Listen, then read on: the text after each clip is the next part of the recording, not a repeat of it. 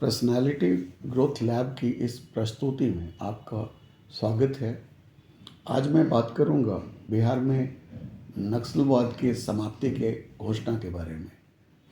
जब अखबार में बिहार के गृह मंत्री का बयान आया कि बिहार नक्सल के प्रभाव से पूरी तरह मुक्त हो गया है, तो आम जनों में यह चर्चा का विषय बन गया कि क्या यह सही है।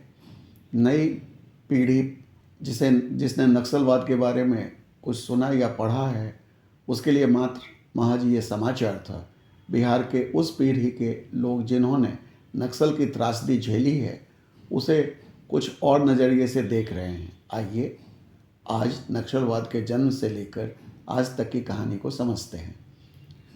नक्सलवाद भारत के ग्रामीण और आदिवासी क्षेत्रों में जमींदारों सरकारी नीतियों के खिलाफ उपजा एक वामपंथी उग्रवादी आंदोलन है, जिसकी शुरुआत 1967 में पश्चिम बंगाल के नक्सलवाड़ी गांव से हुई थी। चारू मजुमदार, कानू सन्याल, कन्हई चटर्जी जैसे नेतृत्वकर्ताओं ने इसे जन्म दिया था।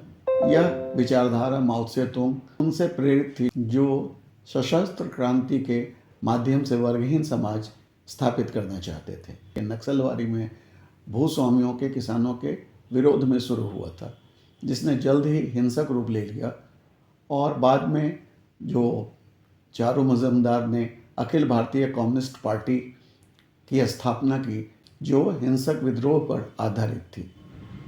1970 और 80 के दशक में यह आंदोलन बंगाल से निकलकर संयुक्त बिहार, संयुक्त आंध्र प्रदेश, ओडिशा और छत्तीसगढ़ जैसे राज्यों में फैल गया।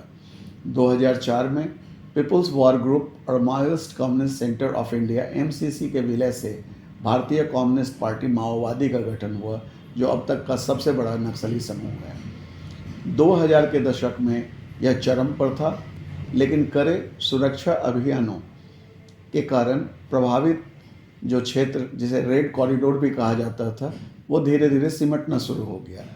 एक समय पूरे देश में 180 से अधिक जिलों को प्रभावित करने वाला यह आंदोलन 2025 तक केवल 10 से 12 जिलों में सिमट कर रह गया है। भारत के गृह मंत्री 2026 तक भारत को पूरी तरह नक्सल मुक्त करने का लक्ष्य लेकर चल रहे हैं। इसे समाप्त करने के लिए जो प्रयास हुआ, उसे हम लोकनायक जयप्रकाश नारायण के नज़रिए से भी देख सकते हैं। बिहार के मुजफ्फरपुर के मुसहरी ब्लॉक में सर्वोदय कार्यकर्ताओं को जान से मारने की धमकी मिली, तो जेपी ने वहां कई महीनों तक डेरा डाला। उन्होंने इसे कानून व्यवस्था से ज़्यादा सामाजिक आर्थिक समस्या के रूप में देखा और अहिंसक तरीके से भूमि सुधार लागू करने का प्रयास किया।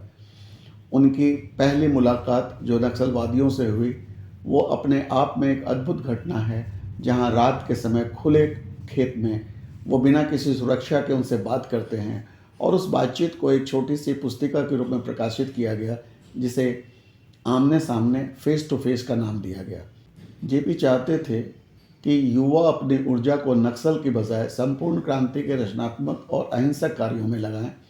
वे हिंसा के शक्ति के स्थान पर लोक शक्ति के विकास पर बल देते थे। संक्षेप में, जेपी ने नक्सलवाद को एक अशुभ लक्षण माना, जो भारतीय लोकतंत्र की विफलताओं का परिणाम था, और इसका समाधान उन्होंने गांधीवादी अहिंसा और सर्वोदय के माध्यम से देने का प्रयास किया। इसी रास्ते को अख्तियार करते हुए केंद्र व बिहार सरकार ने जो असामाजिक तत्व हिंसा को अपना रहे थे, उनमें से आपराधिक तत्वों को अलग किया। जो सिद्धांतवादी नक्सल थे, उनसे संवाद स्थापित किया।